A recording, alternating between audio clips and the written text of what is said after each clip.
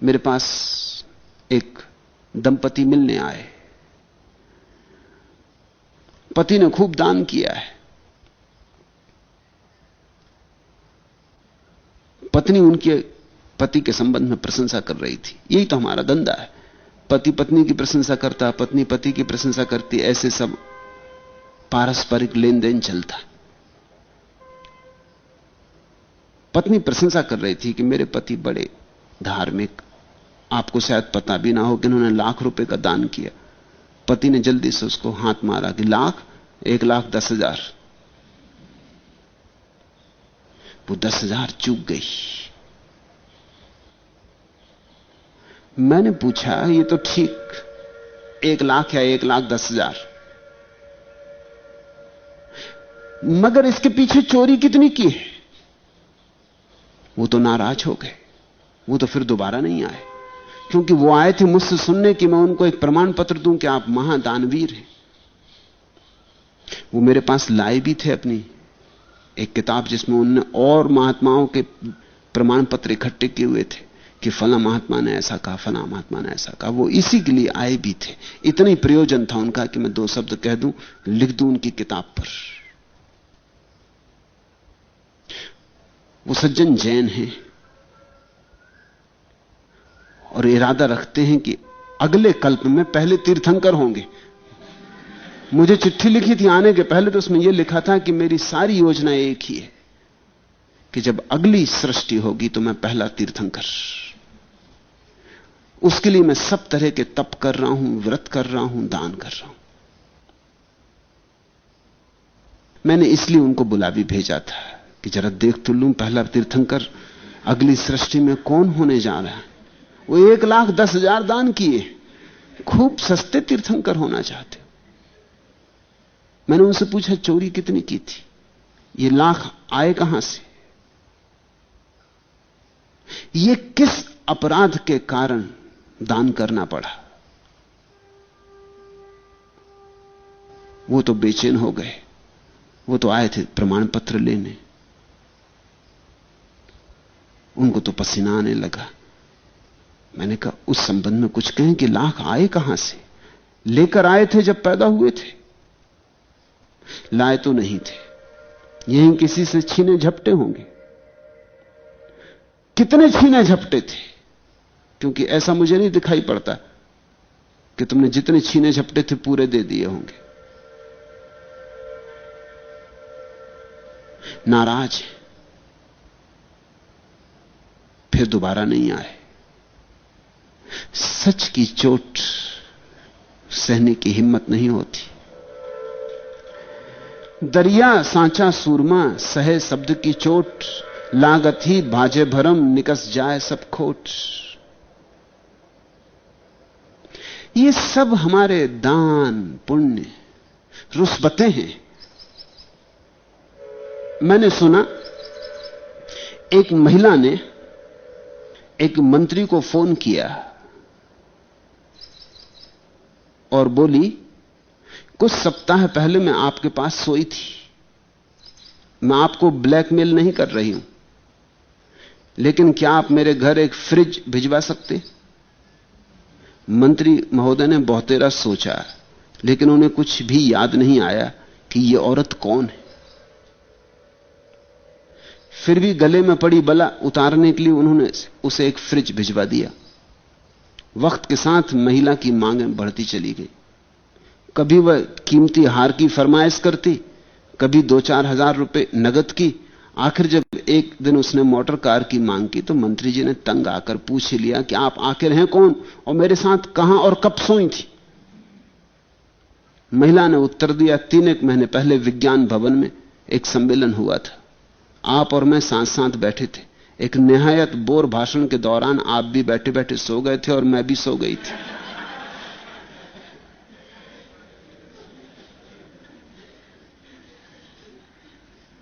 लेकिन अब मंत्री महोदय तो मंत्री महोदय हैं, डरे होंगे, भयभीत हुए होंगे, तो पूछने की हिम्मत नहीं की कि सोई कब थी, कहां सोई थी। अब जो कहती ठीक ही कहती होगी, झंझट छुड़ाओ, दे दो पैसे, ले लेने दो इसको। तुम्हारे दान पुण्य बस ऐसे ही हैं। इधर पाप किए चले जाते, उधर थोड़ा पुण्य किए चले जाते। तुम किसे धोखा दे रहे हो? भय के कारण कि हो ना हो कहीं परमात्मा हो ही ना, कहीं हो ना हो कर्म का सिद्धांत सही ही ना हो ना हो नरक स्वर्ग हो। तो कुछ इंतजाम कर लो, कुछ व्यवस्था कर लो, उसकी भी फिक्र रख लो। थोड़ा हाशिए में उसके लिए भी कुछ करते जाओ। जिंदगी की पूरी किताब पर तो जो लिखना है सो लिखो, मगर हाशिए में थोड़ा आगे पीछे का भी हिसाब करते जाओ। हाशिया है तुम्हारा पुण्य और तुम्हारा त्याग और तुम्हारा धर्म और तुम्हारी प्रार्थना और तुम्हारी पूजा। ये तुम्हारी जिंदगी नहीं, ये तुम्हारी जिंदगी से पैदा हुए अपराध भाव के लिए किसी तरह अपने को समझाने की सांत्वना है। इसलिए तुमसे मैं कहना चाहता हूं, तुम तो खोट ही खोट हो। अगर गौर से देखोगे तो खोट ही खोट पाओगे। इसलिए तो आदमी भीतर नहीं देखता, डरता है कि इतनी खोट दिखाई पड़ेगी तो फिर जीऊंगा कैसे, फिर चलूंगा कैसे एक कदम जब इतनी खोट दिखाई पड़ेगी, बोलूंगा कैसे, उठूंगा कैसे, श्वास कैसे लूंगा जब इतनी खोट दिखाई पड़ेगी। इसलिए आदमी भीतर नहीं देखता, आदमी अपने से बचता रहता, अपने आमने सामने नहीं आता। तुम अपने ही आमने सामने आ जाओ तो राज खुल जाए, तो रहस्य खुल जाए। तुम एक बार अपने को ही आमने सामने देख लो तो कुछ और बचता नहीं जानने को। किसी शास्त्र में जाने की जरूरत नहीं, अपना आमना सामना हो जाए तो तुम खोट ही खोट पाओगे। और उस दर्शन में ही कि खोट ही खोट है, तुम्हारे जीवन में अतिक्रमण शुरू होता है। तो फिर खोट से बचने का सवाल नहीं है कि कुछ पुण्य कर लो, कुछ त्याग कर दो। खोट को आमूल जड़ से ही तोड़ देने का सवाल है। ये खोट कहां से उठती, उस जड़ को ही काट देना है। नहीं तो पत्ते काटते रहते हैं हम। एक पत्ता दान कर दिया, मगर एक पत्ता कटा कि 4 पत्ते निकल आते। वृक्ष समझता है कलम कर रहे हो और पत्ते घने हो जाते। जड़ काटनी होती, जड़ यानी अहंकार। दान पुण्य से कुछ भी ना होगा, त्याग तपश्चर्या से कुछ भी ना होगा। अगर अहंकार भीतर मौजूद है तो तपश्चर्या से भी अहंकार मजबूत होगा और त्याग से भी मजबूत होगा और पुण्य से भी अहंकार ही भरेगा। ये सब पुण्य, त्याग, तपश्चर्या सब पानी बन जाएंगे उसी अहंकार की जड़ को और उसे मजबूत करेंगे। अहंकार को ही काट देना है।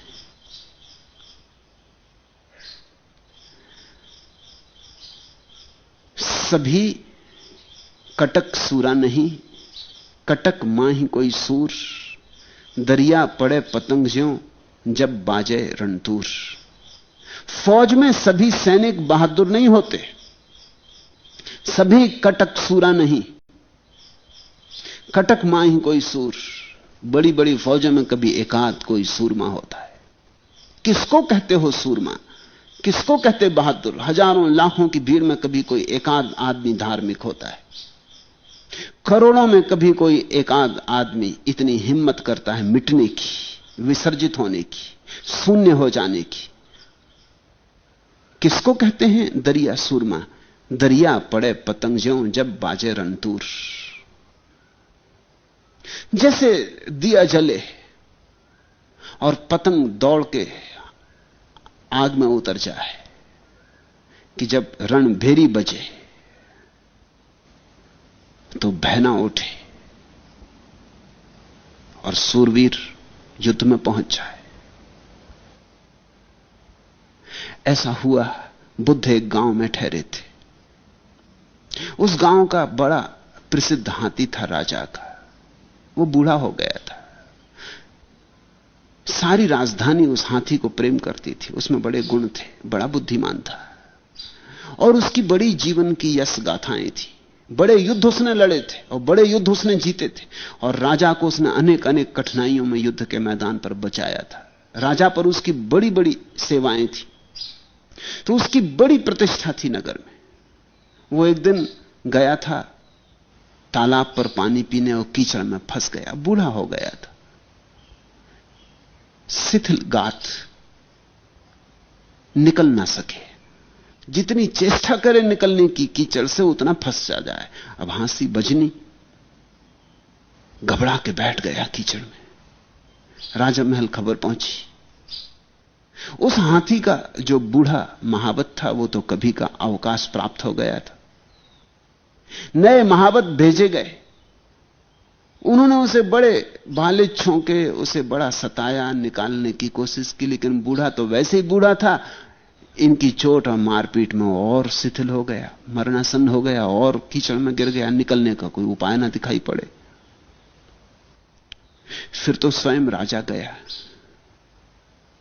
उस बूढ़े आंखों से आंसू बह रहे। वो बूढ़ा हाथी अपनी दयनीयता पर पीड़ित हो रहा होगा। बड़े युद्धों में लड़ा था, पहाड़ों से जूझ जाता था। आज ये दशा हो गई, इस छोटी सी कीचड़ से नहीं निकल पा रहा है। उसकी आंख से आंसू बह रहे। राजा भी बहुत दुखी हो गया। फिर उसे याद आई, इसके पुराने महावत को बुलाओ, उस बूढ़े को खोजो, कहां है। शायद वो कुछ जानता हो, वो इसके साथ जिंदगी भर रहा, उसे कुछ राज पता हो। वो बूढ़ा आया, सारा राजधानी इकट्ठी हो गई थी। बुद्ध के शिष्य भी इकट्ठे हो गए वहां, पास ही बुद्ध ठहरे थे। वो महावत आया, हंसा और उसने कहा कि ये क्या कर रहे हो, उसे मार डालोगे, हटो। और उसने कहा कि बैंड बाजे लाओ, युद्ध का नगाड़ा बजाओ। और किनारे पर रख के उसने युद्ध का नगाड़ा बजवाया। युद्ध का नगाड़ा बजना था कि हाथी एक छलांग में बाहर आ गया।